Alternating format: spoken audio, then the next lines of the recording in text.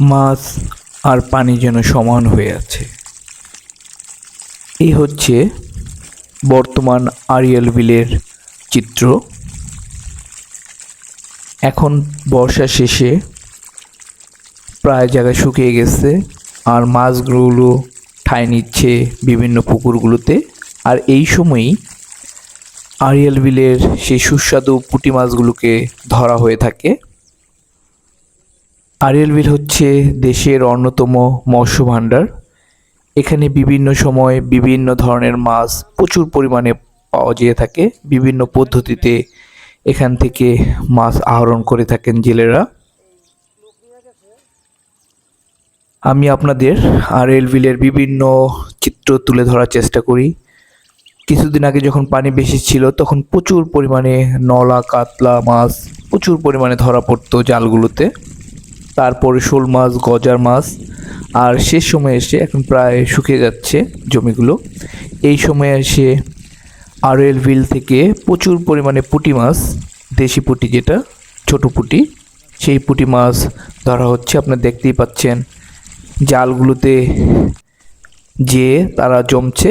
এখানে পদ্ধতিতে, দেশীয় কিছু পদ্ধতিতে পুঁটি মাছ ধরা হয়ে থাকে। জালের মধ্যে মাছ বিভিন্ন ছোট ক্যানেলগুলোর মাধ্যমে মাছগুলো জালে প্রবেশ করে, আর সেই মাছগুলো জমতে থাকে ক্যানেলগুলোতে থেকে যে এই জালের মধ্যে।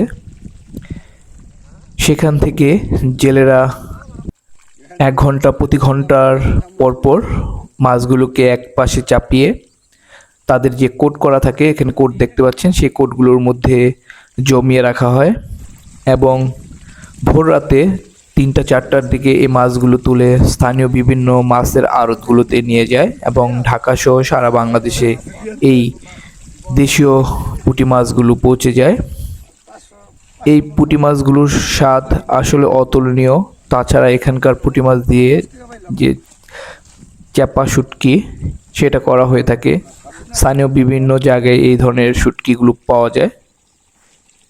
এই সময় বর্ষার শেষে এই সময় মাছগুলো জমি থেকে পানিগুলো চলে যায়, তখন মাছগুলো বিভিন্ন পুকুরগুলোতে, ডাঙাগুলোতে স্থান নেওয়ার চেষ্টা করে। আর তখনই জেলেরা তাদের নিজস্ব পদ্ধতিতে মাছগুলোকে ধরে থাকেন। পানির নিচে প্রচুর পরিমাণ মাছ, যদিও হয়তো বোঝা যাচ্ছে না। এই হচ্ছে আড়িয়াল বিলের বর্তমান চিত্র। সঙ্গে থাকবেন, আমার পেজটিকে লাইক করে ফলো করে সঙ্গে থাকবেন। আমি আপনাদের আড়িয়াল বিল সহ সারা দেশের বিভিন্ন জায়গার বিভিন্ন প্রকৃতি, বিভিন্ন দৃশ্য, বিভিন্ন সৌন্দর্য তুলে ধরার চেষ্টা করি। আড়িয়াল বিলের মিষ্টি কুমড়া চাষ হওয়া শুরু হয়েছে, সেগুলো আপনারা দেখতে পারবেন। তাই সঙ্গে থাকবেন এবং ফলো দিয়ে আর ইউটিউব চ্যানেলটিকে সাবস্ক্রাইব করে সঙ্গে থাকবেন। তো দেখতে থাকুন, সম্পূর্ণ ভিডিওটি দেখুন।